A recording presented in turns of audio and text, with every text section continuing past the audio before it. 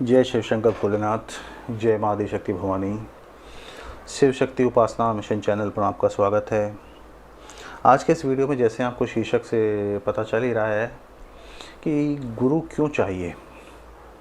अक्सर लोगों के मन में ये बड़ा कन्फ्यूजन होता है, ये बड़ा सवाल होता है, या अक्सर हम देखते सुनते हैं कि भी गुरु बनाना चाहिए, गुरु धारण करना चाहिए, या ज़िंदगी में गुरु अवश्य होना चाहिए। तो इसका तात्पर्य क्या है, इसका मतलब क्या है।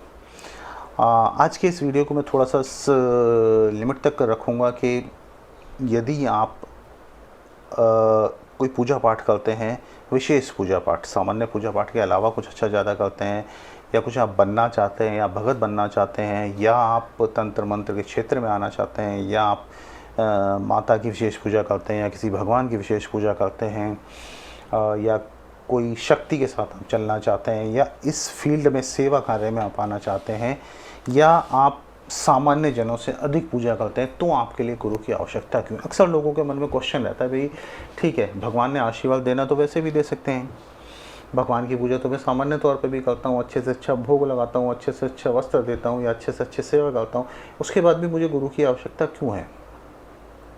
उनकी बात अपनी जगह सही है, उनकी बात अपनी जगह ठीक है, लेकिन गुरु क्या चाहिए होता है, गुरु क्यों चाहिए होता है। सबसे पहला गुरु का मकसद आप ये ले लीजिए कि गुरु आपको रास्ता दिखाने के लिए है।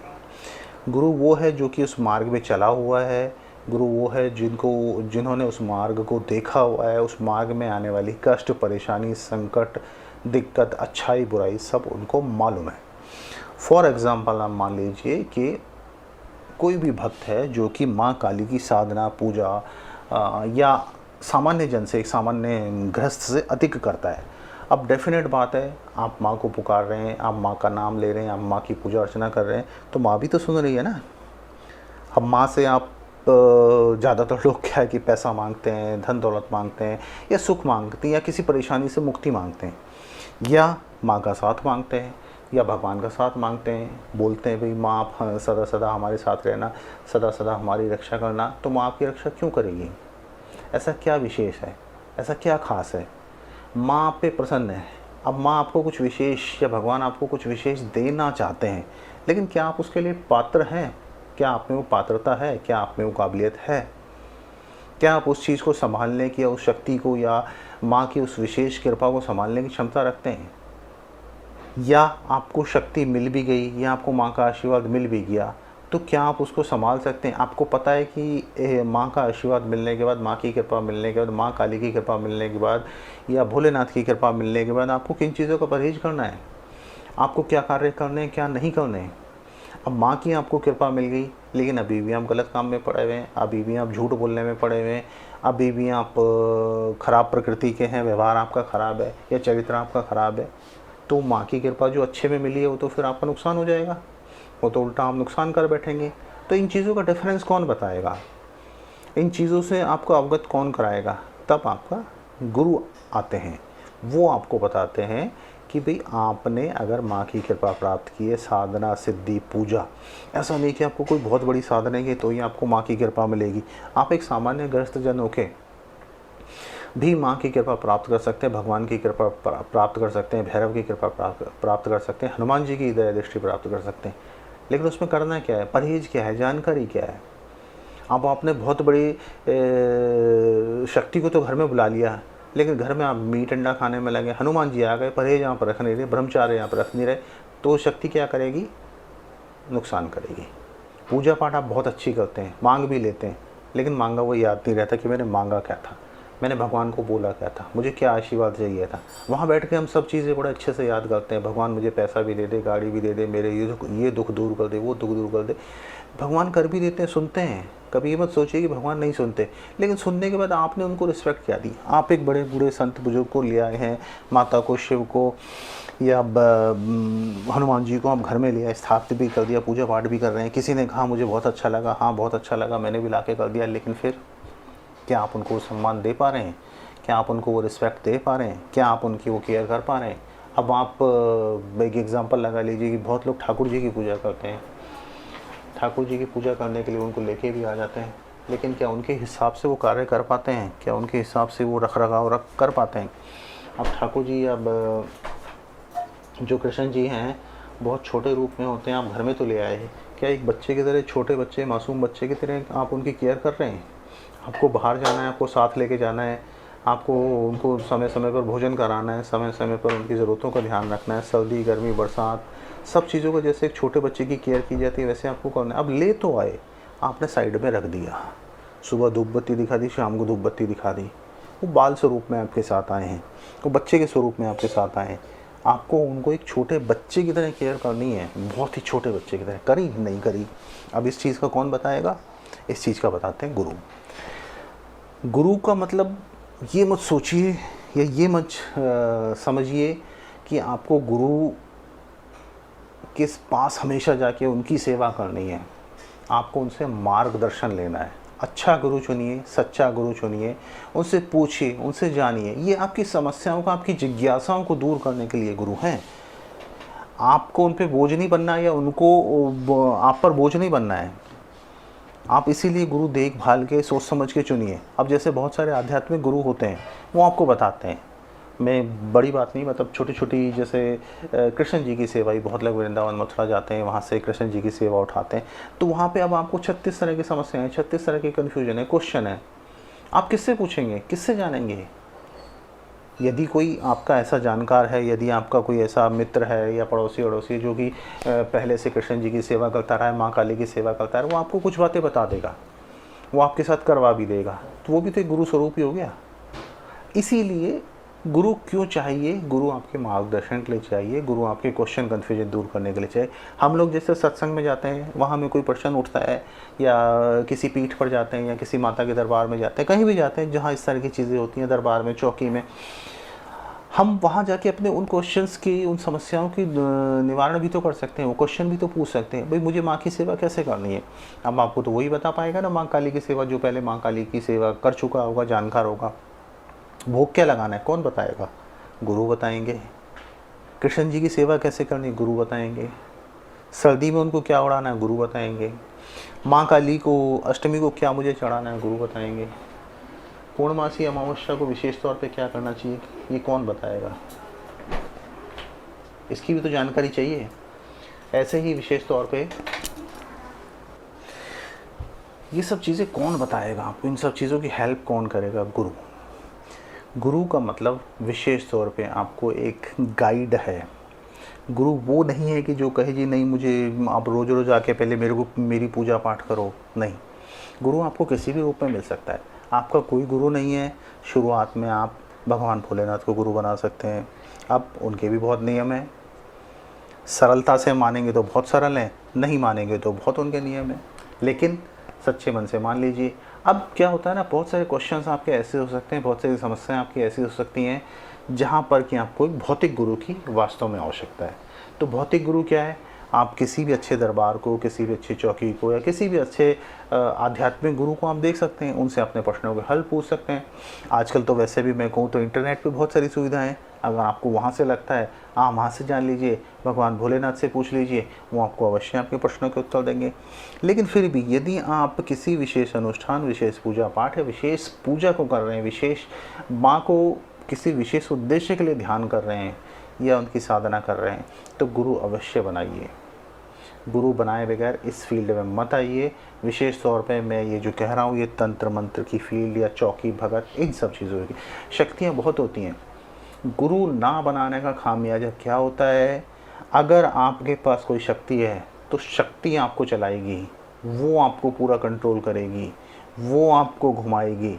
लेकिन अगर आपके गुरु हैं और वो गुरु परंपरा से चल रहे हैं, गुरु गद्दी के हिसाब से चल रहे हैं, तो शक्तियों को आप अपने हिसाब से चला सकते हैं। कई मैंने ऐसे केस देखे हैं जहाँ पर कि उनके गुरु नियम पे शक्ति आती है और बनाना भी नहीं चाहते। माता बहुत परीक्षा दिलाती है, भगवान बहुत परीक्षा दिलाते हैं। आपको कोई सच्ची चीज़, अच्छी चीज़ देंगे तो ऐसा ही नहीं कि एकदम आपको प्रसाद की तरह बांट दिया कि लो भैया एंजॉय करो। आपसे चल नहीं पाएगी, आप उसको चला नहीं पाएंगे, उल्टा हुआ आपके घर में नुकसान। जैसे एक छोटा सा एग्जांपल आपको दे देता हूँ। मान लीजिए किसी में शक्ति आती है, गुरु वो बनाना नहीं चाहते, या गुरु कोई उनके बनते नहीं है किसी भी कारण से, या उनको इस चीज़ पे विश्वास नहीं है। अब आपके सामने कोई पीड़ित व्यक्ति, परेशान व्यक्ति आएगा, आपने उसको आशीर्वाद दे दिया, आपने उसको संकट दूर करने का बोल दिया, उस पर कोई परेशानी है, भूत प्रेत पीड़ा कुछ भी हो सकती है, बीमारी हो सकती है, किसी भी तरह का संकट कष्ट हो सकता है उसको। अब आपके, क्योंकि आप आध्यात्मिक व्यक्ति हैं, आप पूजा पाठ बहुत करते हैं, आपका आशीर्वाद फलेगा। लेकिन फलेगा क्या?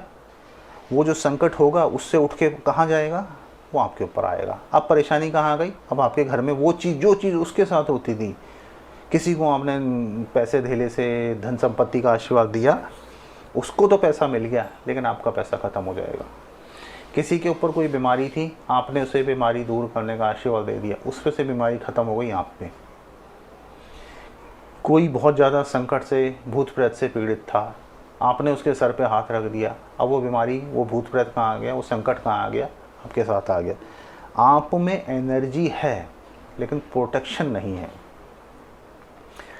हम जब कोई भी कार्य करते हैं, देवता का कोई भी कार्य करते हैं, देवता से कुछ भी रिक्वेस्ट करते हैं, माता काली से कोई भी रिक्वेस्ट करते हैं, माँ भगवती से कोई भी रिक्वेस्ट करते हैं, भगवान भोलेनाथ से, हनुमान जी से कोई भी रिक्वेस्ट करते हैं, तो गुरु के द्वारा प्रदत्त, गुरु के द्वारा प्रदान की गई शक्ति वो हमारी रक्षा करती है। उसका तरीका होता है कि मुझे कोई भी कार्य करने से पहले किसी, देखिए अगर आप जन कल्याण के क्षेत्र में हैं, यदि आपको माता का बहुत अच्छा आशीर्वाद है, भगवान का बहुत अच्छा आशीर्वाद है, और आपने महसूस भी किया है कि भी मैं किसी को कुछ बोलता हूँ तो उसका अच्छा हो जाता है। मैं अभी बहुत बड़े आध्यात्मिक स्तर पे बात नहीं कर रहा हूँ या बहुत बड़ी चौकी दरबार की बात नहीं कर रहा, आप कुछ नहीं लगाते, लेकिन आपके भक्ति का क्षेत्र बड़ा अच्छा है या आपकी भक्ति बड़ी अच्छी है, आप किसी को भी कुछ बोलते हैं, किसी को भी कुछ कहते हैं, वो उसको फल जाता है, आपका आशीर्वाद उसे लग जाता है।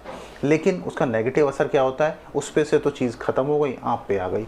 अब आपका कष्ट क्या बढ़ जाता है कि मैं तो बहुत परेशान हूँ, बहुत पूजा पाठ करता हूँ, भगवान का 2 घंटे जाप करना है, माला भी जपनी है, चालीसा ही पढ़ना है, लेकिन परेशानी ख़त्म नहीं होती, उल्टा मैं और परेशान होता हूँ। आप तब उस चीज़ को भूल जाते हैं कि भी मैं भी तो किसी को आशीर्वाद देता हूँ, मैं भी तो किसी के लिए अच्छा बोलता हूँ, मैं भी तो किसी का भला करता हूँ, या मैं भी तो किसी को आशीर्वाद देती हूँ। क्योंकि आप आध्यात्मिक हैं तो आपके मन से आशीर्वाद ही निकलता है। आप चाहते हैं भी सबका अच्छा हो, लेकिन सबका अच्छा करने के चक्कर में आप खुद का ख़राब कर लेते हैं। तो अब रक्षा कहाँ से होगी? रक्षा करेंगे गुरु। यदि आप थोड़ा सा भी इस चीज़ को महसूस करते हैं कि जितना मैं पूजा पाठ करते हूँ या जितना मैं पूजा पाठ करता हूँ, उसके बावजूद भी मेरे पे कष्ट संकट क्यों बने हुए, नेगेटिव एनर्जी अट्रैक्ट होती है। आपके आसपास हर समय पूरे संसार में देखिए, नेगेटिव पॉजिटिव दोनों तरह की एनर्जी, दोनों तरह की चीज़ें बिखरी पड़ी हैं। अच्छी चीज़ें भी हैं, ख़राब चीज़ें भी हैं। ख़राब चीज़ें जल्दी अट्रैक्ट होती हैं। आपको देख लिया किसी ख़राब चीज़ ने, भाई ये बहुत पूजा पाठ करता है, ये मेरी मुक्ति करा देगा, अब वो आपके पीछे लग गए, लेकिन आपको पता तो चलेगा नहीं, तो क्या कष्ट देना शुरू करेंगे, परेशानी देना शुरू करेंगे, आपको तरह तरह के संकट में डालेंगे, आपको तरह तरह की दिक्कत में डालेंगे। अब आपको पता चलेगा, फिर आप कहीं दिखाएंगे, फिर पता चलेगा नहीं जी आपके ऊपर तो ये नेगेटिव एनर्जी चल रही है, भूत प्रेत जिन कुछ आपके ऊपर है, इसको दूर कीजिए, तब उसकी मुक्ति हो गई। लेकिन आपका तो जीवन खराब हो गया। लोग ऐसे ही भी हो जो 20-20, 30-30, 40-40 साल से परेशान है, उनको कोई मुक्ति का मार्ग नहीं मिल रहा है। तो मुक्ति का मार्ग मिलता है यदि वो सही रास्ते चलते हैं, यदि उनको लगता है, थोड़े से में लगता है कि यार मुझे कुछ परेशानी है या मेरा आध्यात्मिक स्तर बढ़ गया है। ये भी परीक्षाएं होती है। माता परीक्षा लेती है आपको बहुत अच्छा कुछ देने से पहले, भगवान परीक्षा लेते हैं आपको बहुत अच्छा कुछ देने से पहले। फ्री में कुछ नहीं है। माता अगर आपको कुछ दे रही है तो श्रद्धा मांग रही है, भक्ति मांग रही है, भाव मांग रही है, वही कीमत है। लेकिन उसको संभालने के लिए, उसको रास्ता दिखाने के लिए एक चाकू है, तलवार की धार है भक्ति। आप अच्छी, अगर सामान्य भक्त की बात नहीं कर रहा हूँ, अच्छी भक्ति आप करते हैं जहाँ पर कि आपको माता का, भगवान का कुछ एनर्जी प्राप्त होती है, तो तलवार की धार होती है। आप संभालना है। और देखिए हर किसी को चाहिए, ऐसा कोई बुराई नहीं है। अगर मेरे पास पैसे की कमी है, अगर मेरे पास किसी चीज़ का कष्ट संकट है, तो वो डेफिनेटली मैं भगवान से प्रार्थना करूँगा, माता से प्रार्थना करूँगा कि मेरे संकट दूर कीजिए, मेरे कष्ट दूर कीजिए, उसमें कोई बुराई भी नहीं है।